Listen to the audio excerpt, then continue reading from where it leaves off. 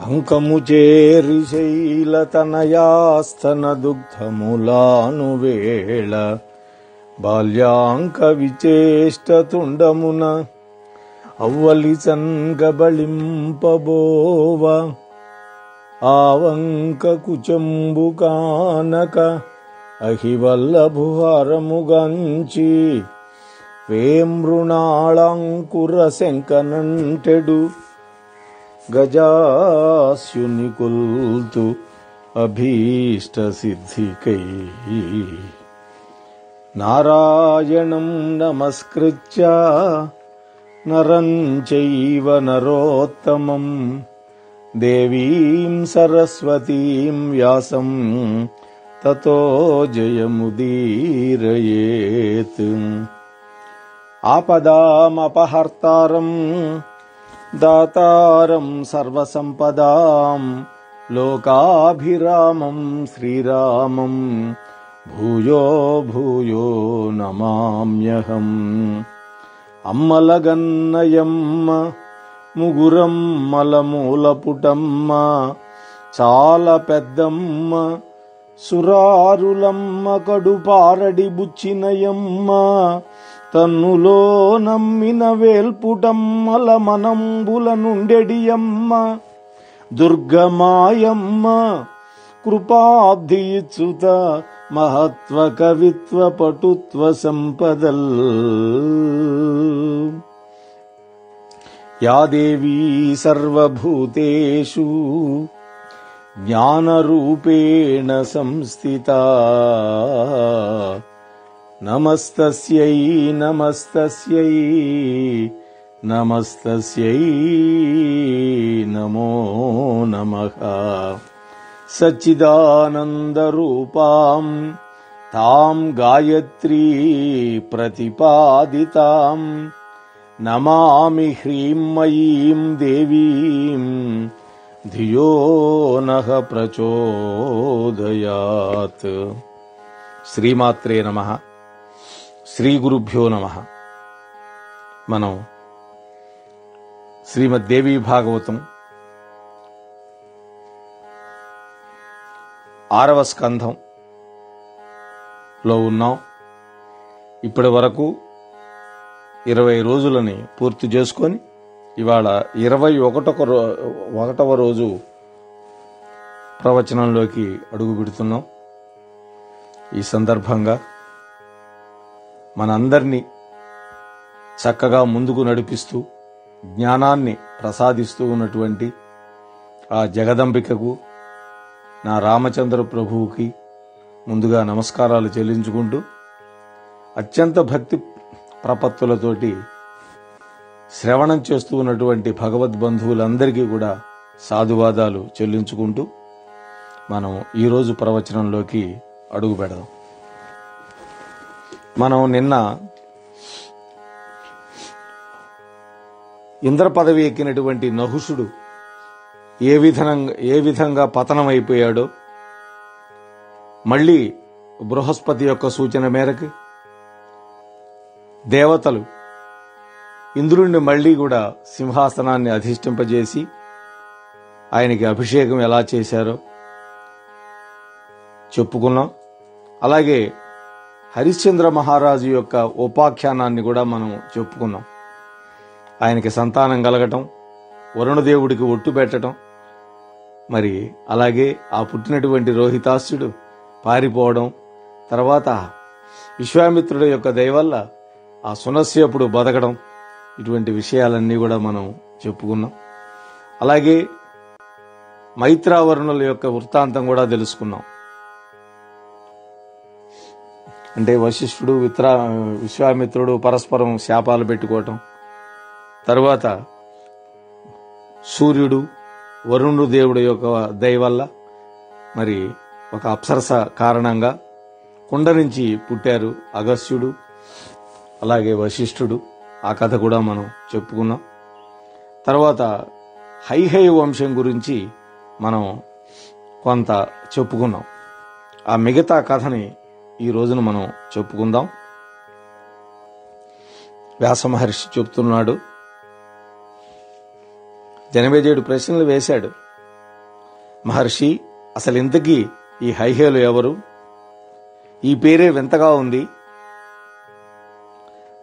యదువు యొక్క సంతతి యాదవులయ్యారు కదా, మరి అలాగే భరతుడి యొక్క సంతతి భారతులైనారు. మరి ఈ హైహేయుడు ఎవరన్నా ప్రసిద్ధికెక్కిన మహారాజా? వీరి వంశానికి అసలు మూలపురుషుడెవరు? ఈ కథంతా నాకు చెప్పండి అని అడిగాడు. నిన్న చెప్పుకున్నాం మనం. అప్పుడు వ్యాస మహర్షి చెప్తున్నాడు, నాయనా జనమేజయ, ఈ హైహయోత్పత్తి అతి పురాతనమైనటువంటి పురాణ గాథ. పూర్వకాలంలో రేవంతుడు అనేటువంటి సూర్యపుత్రుడు ఉండేవాడు. గొప్ప అందగాడు, మహా తేజస్వి. సూర్యుడికే తేజస్సు, మరి సూర్యుడి కొడుక్కి తేజస్సు లేకుండా ఉంటుందా? ఒకరోజు ఆయన ఉచ్చైశ్రవాన్ని అధిరోహించి విష్ణు దర్శనం కోసం వైకుంఠానికి వెళ్ళాడు. లక్ష్మీదేవి ఆ హయాన్ని తిలకించింది. వెంటనే ఆమె జ్ఞాపకం వచ్చింది. ఓ, నాతో పాటే క్షీర సముద్రం నుంచి మథన సమయంలో పుట్టినటువంటి ఉచ్చైశ్రవం కదా, నాకు తోబుట్టువు, మళ్ళీ ఇంతకాలానికి చూడగలిగాను అనుకొని ఆశ్చర్యంతో ఆమె కన్నులు విప్పారించి అలాగే చూస్తుండిపోయింది. అప్పుడు శ్రీ మహావిష్ణువు కూడా చూచి లక్ష్మీదేవిని అడిగాడు, లక్ష్మి, అసలు ఎవరి సుందరాకారుడు? మరొక మన్మధుడిలాగా ఉన్నాడు, ముల్లోకాలని సమ్మోహపరుస్తున్నాడే, ఎవరు అన్నాడు. ఆ తల్లి ఆ హయము యొక్క సౌందర్యాన్ని కన్నార్పకుండా చూస్తున్నది. దాని మీద ఉండే రౌతుని కదా ఆమె చూడటం. రమాదేవి ఉలకలేదు, పలకలేదు. విష్ణుమూర్తి మళ్ళా అడిగాడు. కోపం వచ్చింది. ఏమిటి ఉలకవు పలకవు? గుర్రాన్నే చూసి ఇంత మోహమా? ప్రతిదానికి రమిస్తావు కనుకనే నిన్ను రమ అంటారు. అలాగే చంచలత్వం నీకు సహజ సిద్ధంగా వచ్చింది కాబట్టి నువ్వు చంచలవి. ఒక సామాన్య స్త్రీలాగా నీకు ఇంత చాంచల్యం అవసరమా? ఏ ఒక్క చోట స్థిరంగా కూడా నిలబడవు కదా. అవును, లక్ష్మీదేవి ఎక్కడ కూడా స్థిరంగా ఉండదు. నా పక్కనే ఉండి గుర్రాన్ని చూసి మోహపడ్డావు కనబట్టి భూలోకంలో బడబవై పుట్టు అన్నాడు. బడబా అంటే ఆడు గుర్రము అని అర్థం. దారుణంగా చెప్పించాడు విష్ణుమూర్తి. అప్పటికి రమాదేవికి తెలివి వచ్చింది. భయపడిపోయింది. దీనురాలై విలపించింది. భర్తకి పాదాభివందనం చేసింది. ఓ దేవదేవ, జగన్నాథ, కరుణాకర, కేశవ, గోవింద, ఇంత చిన్న అపరాధానికి ఇంత కోపమా? నా తోబుట్టువని నేను తమకంతో చూస్తున్నాను, తదేకంగా ప్రేమతోటి. దానికోసం ఇంత శాపం పెడతావా నాకు? గోవింద, ఇదిగో నీ కళ్ళ ఎదుటే నేను ప్రాణాలు విడిచిపెడతాను. నీకు దూరమై నేను జీవించలేను. శాపాన్ని ఉపసంహరించు. అలా కాకుండా ఇదేమైనా లోక కళ్యాణం కోసం గనక నువ్వు చేస్తూ ఉన్నట్టయితే, అమ్మవారు అడిగింది, శాప విమోచన నాకు చెప్పు అని అడిగింది. భగవంతుడు ఎప్పుడు ఏ పని చేసినా లోక కళ్యాణం ఉంటుంది. అందుట్లో లీల వాళ్ళకి. అమ్మకు తెలియదా? అవన్నీ తెలుసు.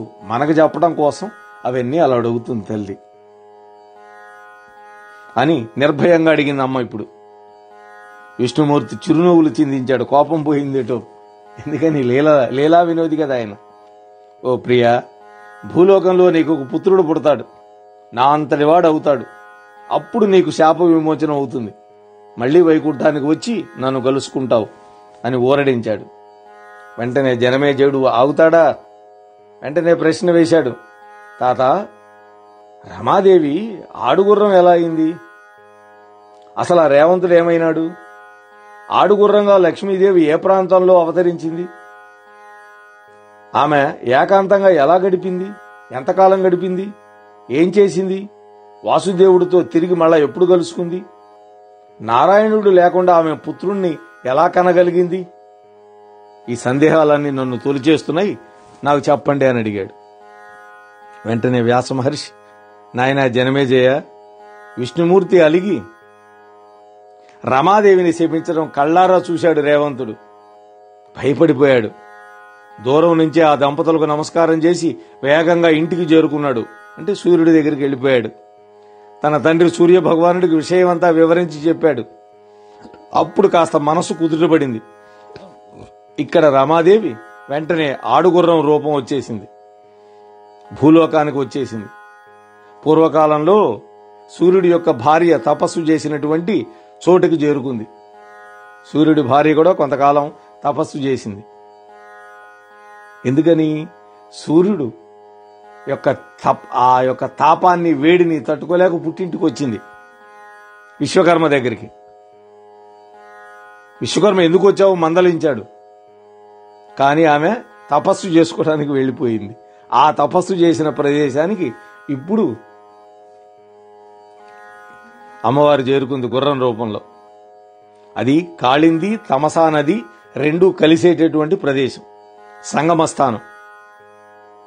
నదుల కంటే కూడా రెండు నదులు కలిసినటువంటి ప్రదేశం లేదా సముద్రంలో నదులు కలిసే ప్రదేశానికి ఎక్కువ పవిత్రత ఉంటుంది. సాగర సంగమం అటువంటిదన్నమాట. అక్కడ నిలబడి ఏకాగ్ర చిత్తంతో మహాశివుణ్ణి ధ్యానిస్తూ ఉంది అమ్మవారు. ఏమని ధ్యానించిందిట? దధ్యవు చైకేన మనసా శూలినం చంద్రశేఖరం పంచాననం దశభుజం గౌరీ దేహార్ధధారిణం కర్పూర గౌర దేహాభం నీలకంఠం త్రిలోచనం వ్యాఘ్రాజినధరం దేవం గజచర్మోత్తరీయకం కపాలమాలాకలితం నాగయజ్ఞోపవీతినం. ఆ పరమేశ్వరుడి యొక్క దివ్యమైన భవ్యమైన రూపాన్ని ఆ విధంగా వర్ణన చేస్తోంది ఆ తల్లి. శూలాయుధపాణి, చంద్రశేఖరుడు, పంచాననుడు అంటే 5 ముఖాలు కలిగినటువంటి వాడు, సజ్జోజాత, వామదేవ, అఘోర, ఈశాన ఇటువంటి రూపాలున్నాయి ఆయనకి ముఖాలు. 10 చేతులు కలిగి అర్ధనారీశ్వరుడుగా, కర్పూరంలా తెల్లని దేహం కలిగినటువంటి వాడు, కంఠం నీలంగా కలిగినటువంటి వాడు, 3 కన్నులు కలిగిన వాడు, పులితోలను పంచగా గజ చర్మాన్ని ఉత్తరీయంగా ధరించినటువంటి వాడు, కపాల మాలికలను ధరించినటువంటి వాడు, సర్పాన్ని యజ్ఞోపవీతంగా చేసుకున్నటువంటి శివుణ్ణి ఆమె ఉపాసించింది. తీవ్రంగా తపస్సు చేసింది. 1000 దివ్య సంవత్సరాలు గడిచిపోయినాయి. మహాదేవుడు కరుణించాడు. పార్వతీ సమేతుడై, వృషభ వాహనారూఢుడై, ప్రమథగణ పరివేష్టితుడై ప్రత్యక్షమైనాడు. అక్కడ ఆయన ఒంటరికి రాలా, అమ్మవారు వచ్చింది, గణాలు వచ్చినాయి. ఓ కళ్యాణి, తెలియనట్టే అడుగుతున్నాడు ఆయన. ఆయన సర్వాంతర్యామి, సర్వజ్ఞుడు. శివుడంటే తక్కువ వాడు కాదు. ఈ అశ్వరూపం ఏమిటి? ఈ తపస్సు ఎవరి కోసం చేస్తున్నావు? నువ్వే జగన్మాతవి, నీ భర్త జగన్నాయకుడు, సర్వార్థప్రదుడు.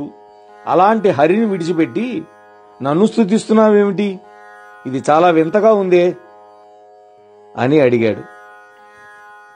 మహాశివ, నువ్వు బోళాశంకరుడివి, త్వరగా సంతోషించి ప్రత్యక్షమయ్యేటటువంటి దైవానివి. నా భర్త నన్ను శపించాడు.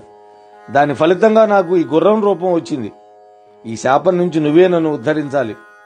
నాకు పుత్రుడు కలిగితే శాప విమోచనం అవుతుంది, మళ్లీ వైకుంఠవాసం లభిస్తుంది అని నా భర్త చెప్పాడు. అందుకని ఇక్కడికి వచ్చి తపస్సు చేస్తూ ఉన్నాను. నువ్వు సర్వార్థ ప్రదాయకుడివి కదా, అశుతోషుడివి కదా, అంటే తేలికగా ప్రత్యక్షమయ్యేవాడు, వరాలిచ్చేవాడు. ప్రత్యక్షమైనావు. ఓ పార్వతీ వల్లభ, భర్త లేకుండా నాకు పుత్రుడు ఎలా కలుగుతాడు? ఆయనేమో వైకుంఠంలో తిష్ట వేసుకొని కూర్చున్నాడు. నిరపరాధిని నన్ను శపించి భూలోకానికి తోలేశాడు. నా తపస్సుకు నువ్వు నిజంగా సంతోషించినట్లయితే నాకు ఒక్క వరం ఇవ్వు. నీకు విష్ణుమూర్తికి ద్వైదీభావం లేదు, అంటే మీ ఇద్దరికి భేదం లేదు. నువ్వే ఆయన, ఆయనే నువ్వు. అందుకనే శివస్య హృదయం విష్ణు, విష్ణోస్య హృదయం శివ అని మనకి విష్ణు సహస్రనామంలో చదువుకుంటాం. ఈ రహస్యం నాకు తెలుసు. మీ ఇద్దరి యొక్క ఏకత్వాన్ని ఎరుగుదును కనుకనే నిన్ను ధ్యానించాను, నిన్ను స్మరించాను అనంగానే శివుడు, జగన్మాత, మహాలక్ష్మి, నాకు హరికి భేదం లేదని నీకెలా తెలిసింది? ఎవరు చెప్పారు అని అడిగాడు. ఎందుకని అమ్మ చెబితే కదా మనకు తెలిసేది. మా ఏకత్వాన్ని మునులు, జ్ఞానులు, వేదాంగవేత్తలు తెలుసుకోలేకపోయారు. కుతర్కాలతో వాదులాడుకుంటూ ఉంటారు. నా భక్తులు హరిభక్తులు కలహించుకుంటూ ఉంటారు. ఈ కలియుగంలో ఇది మరీ విజృంభిస్తోంది. శివభక్తులు చాలా మంది విష్ణువుని నిందిస్తారు, విష్ణు భక్తులు చాలా మంది శివుణ్ణి తొలనాడుతూ ఉంటారు. అది నాకు తెలుసు. మరి మా ఆఖ్యభాగం నీకెలా తెలిసింది? నిజం చెప్పు తల్లి అన్నాడు.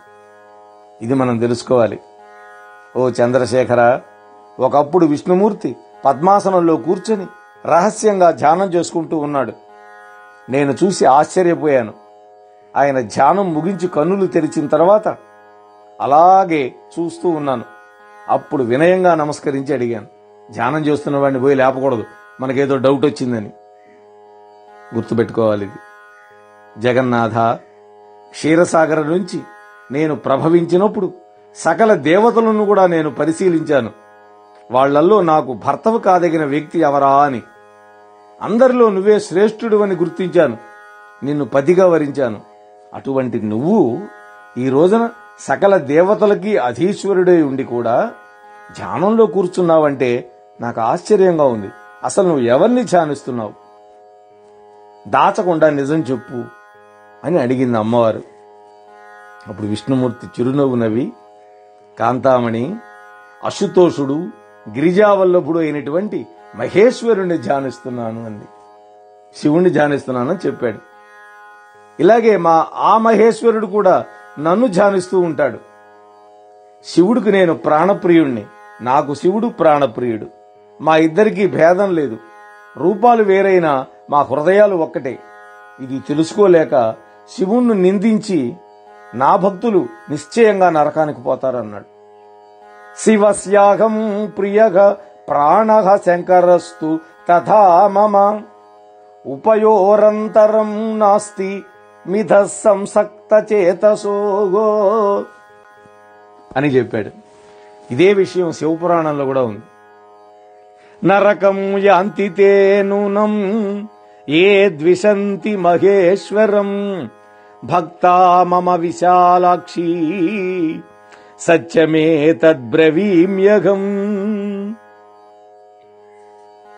అని శంకరుడు చెప్పాడు. కాబట్టి మా ఇద్దరికీ భేదం లేదు.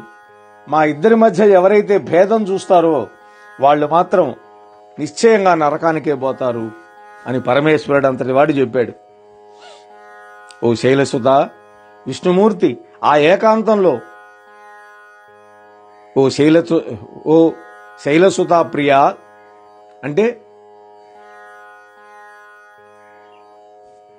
పార్వతీదేవి ప్రియుడా అని సంబోధించింది లక్ష్మీదేవి. విష్ణుమూర్తి ఆ ఏకాంతంలో నాకు చెప్పిన రహస్యం ఇదే. అందువల్ల నువ్వు విష్ణువల్లభుడు అని గ్రహించి నిన్నే ధ్యానించాను. దయచేసి నాకు నా భర్తతో సమాగమం అయ్యేటట్లుగా వరం ఇవ్వు అన్నాడు. అప్పుడు శివుడు, ఓ క్షీరసముద్ర రాజతనయ లక్ష్మి, ఇక దిగులు పడద్దు, త్వరలోనే నీ కోరిక నెరవేరుతుంది. ఆ జగదీశ్వరుడు హయరూపధారి అయి ఇక్కడికి వచ్చేటట్టు చేస్తాను. మీ ఇద్దరికీ నారాయణ సమానుడైనటువంటి పుత్రుడు పుడతాడు. అతడి వల్ల హైహయ వంశం ఆవిర్భవించి విస్తరిస్తుంది. తర్వాత నీ పతితో కలిసి నిజ రూపాలలో వైకుంఠానికి చేరవచ్చు. అమ్మా, మరొక్క రహస్యం చెబుతున్నాను విను. ఆ వేళ నీకు ఉచ్ఛైశ్రవం మీద అంతటి మోహం కలగకుండా కూడా ఆ దేవీ మాయే అని చెప్పాడు శివుడు. ఆ రోజు మీ సోదరుడు అనేటువంటి భావంతో ఆ ఉచ్ఛైశ్రవాన్ని తదేకంగా చూచావు కదా, దానికి కారణం ఆ దేవి యొక్క మాయ, ఆ జగజ్జనని యొక్క మాయ. ఆ ఆదిపరాశక్తిని ధ్యానించడం మర్చిపోయావు నువ్వు. అందుకు ఇది శిక్ష. ఈ క్షణం నుంచి మరచిపోకుండా ఆ మహాదేవిని ధ్యానం చేయి, సర్వాత్మన శరణు వేడుకో అని ఉపదేశించి ఆ పార్వతీ వల్లభుడు, ఆ శంకరుడు అంతర్ధానమైనాడు. అప్పుడు లక్ష్మీదేవి ఆ క్షణం నుంచి కూడా శ్రీమన్మహాదేవి పాదపద్మాలను ధ్యానం చేసుకుంటూ ఆ శ్రీహరి రాక కోసం ఎదురు చూస్తూ ఉన్నది. ఇలా వరమిచ్చినటువంటి శివుడు కైలాసానికి వెళ్ళాడు. వెంటనే ఒక ప్రముఖుణ్ణి పిలిచాడు. వాడి పేరు చిత్రరూపుడు. నాయనా చిత్రరూప, నువ్వు వెంటనే వైకుంఠానికి వెళ్ళు, నా మాటగా విష్ణుమూర్తికి చెప్పు. లక్ష్మీదేవి ఆ నదీ సంగమ ప్రాంతంలో ఏకాకిగా దుఃఖిస్తోంది. కాబట్టి త్వరగా వెళ్లి ఆవిడ దుఃఖాన్ని తొలగించమని, ఆనందింపజేయమని నా మాటగా చెప్పు అని పంపించాడు. ఆ చిత్రరూపుడు వైకుంఠానికి వెళ్ళాడు. అక్కడంతా కన్నుల పండుగగా ఉంది. ఒకవైపు మందారవనం, ఆ మందారవనంలో విష్ణుమూర్తి యొక్క సౌధం, ఆ సౌధానికి 2 ద్వారపాలకులు, వాళ్ళు జై విజయులు. ముందుగా వాళ్ళకి నమస్కరించాడు ఈ చిత్రరూపుడు. నమస్కరించి, ఓ జై విజయులారా, మా శూలపాణి శివుడు పంపగా వచ్చినటువంటి దూతను నేను, మీ స్వామికి తెలియపరచండి, దర్శనం కోరుతున్నాను అన్నాడు.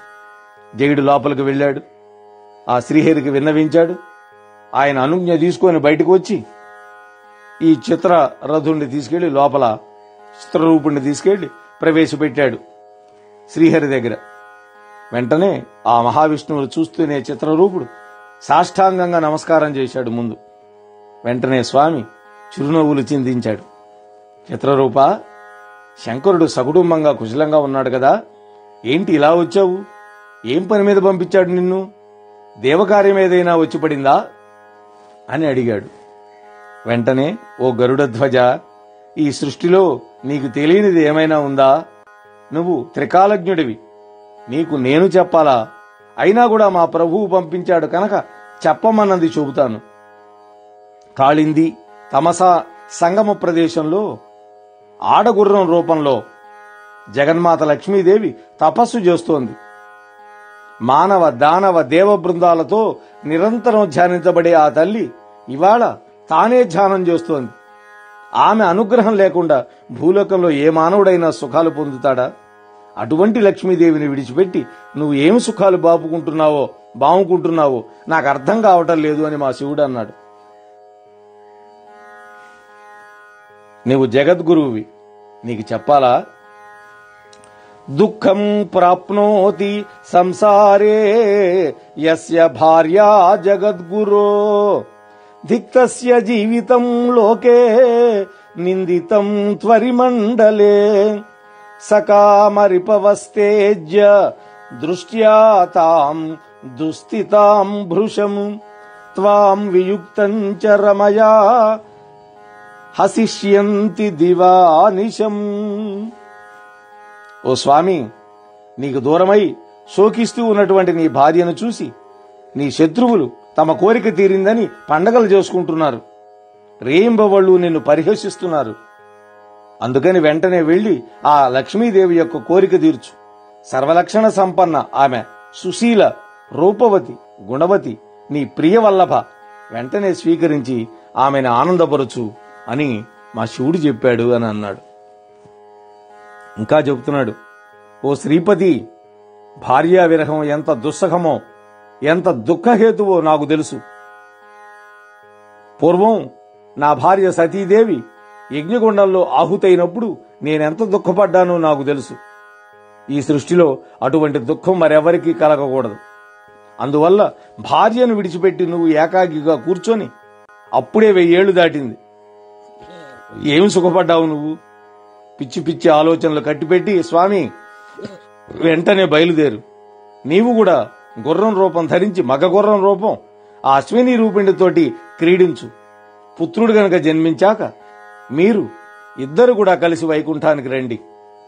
అప్పుడు మళ్ళీ సుఖంగా సంసారం చేసుకోండి అని మా శంకరులు మీకు విన్నమించమన్నారు ప్రభు అన్నాడు వాడు వినయంతో. అప్పుడు విష్ణుమూర్తి శ్రద్ధగా ఆలకించాడు. సరే దూత, సరే అన్నాను చెప్పు అనేసి ఆ చిత్రరూపుడికి వీడ్కోలు పలికాడు. వెంటనే జగన్మోహనకరమైనటువంటి ఒక తురగ రూపం, తురగం అంటే గుర్రం ధరించి కాళింది తమసా సంగమ ప్రదేశానికి హుటాహుటిన వచ్చాడు విష్ణుమూర్తి. అక్కడ ఆడుగుర్రం బడబ రూపంలో ధ్యానంలో ఉన్న లక్ష్మీదేవిని చూచాడు. ఆవిడ కూడా ఆ అలికిడికి కన్నులు తెరిచింది. విష్ణుమూర్తి అని గుర్తుపట్టింది. గుండెల్లో దుఃఖం పొంగి కన్నుల్లో నీళ్లు నిండాయి ఆమెకి. శ్రీహరికి గుండె కరిగింది అది చూసి. 1000 ఏళ్ల విరహం గుండెల్లో పాదులు కదిలి కన్నులకు పాకింది. ఒక్కసారిగా ఇద్దరు కూడా మన్మథార్తులయ్యారు. హరయే నమః, శ్రీకృష్ణాయ నమః. అనురాగం పరవళ్లు తొక్కింది. వాళ్ళిద్దరూ గాఢంగా కలుసుకున్నారు. ఆ పావనమైన సంగమ స్థలంలో ఒక బాలుండి ప్రసవించింది తల్లి. అశ్విని రూపిణి శ్రీ మహాలక్ష్మి. ఇద్దరూ కూడా గుర్రం రూపాలు పరిత్యజించారు. ఇక పద వైకుంఠానికి పోదాం అన్నాడు. కాని లక్ష్మీదేవి అంగీకరించల. స్వామి, కన్నపేగును విడిచి ఎలా రాగలను? నాథ, ఈ బిడ్డను విడిచిపెట్టి రావడానికి నా మనస్సు ఒప్పడం లేదు. వీడిని మనతో పాటే వైకుంఠానికి తీసుకుపోదాం అన్నది. అప్పుడు విష్ణుమూర్తి అంటున్నాడు, ప్రాణప్రియ, దిగులు పడద్దు, వీడిని ఇక్కడే ఉండని. అవసరమైన రక్షణలన్నీ నేను ఏర్పాటు చేస్తాను. కన్న కొడుకును ఇక్కడ ఇలా విడిచిపెట్టడంలో ఒక పరమార్థం ఉంది, చెప్తాను విను అంటూ ఈ భూలోకంలో యయాతి కొడుకు తుర్వసుడు అనేటువంటి మహారాజు ఉన్నాడు. యదువు, తుర్వసుడు, ఇట్లా మొత్తం 5 కొడుకులు ఉన్నారు యయాతికి. ఒక భార్యకి 2, ఒక భార్యకు 3 పుట్టారు. దేవయానికి 2, శర్మిష్ఠకు 3.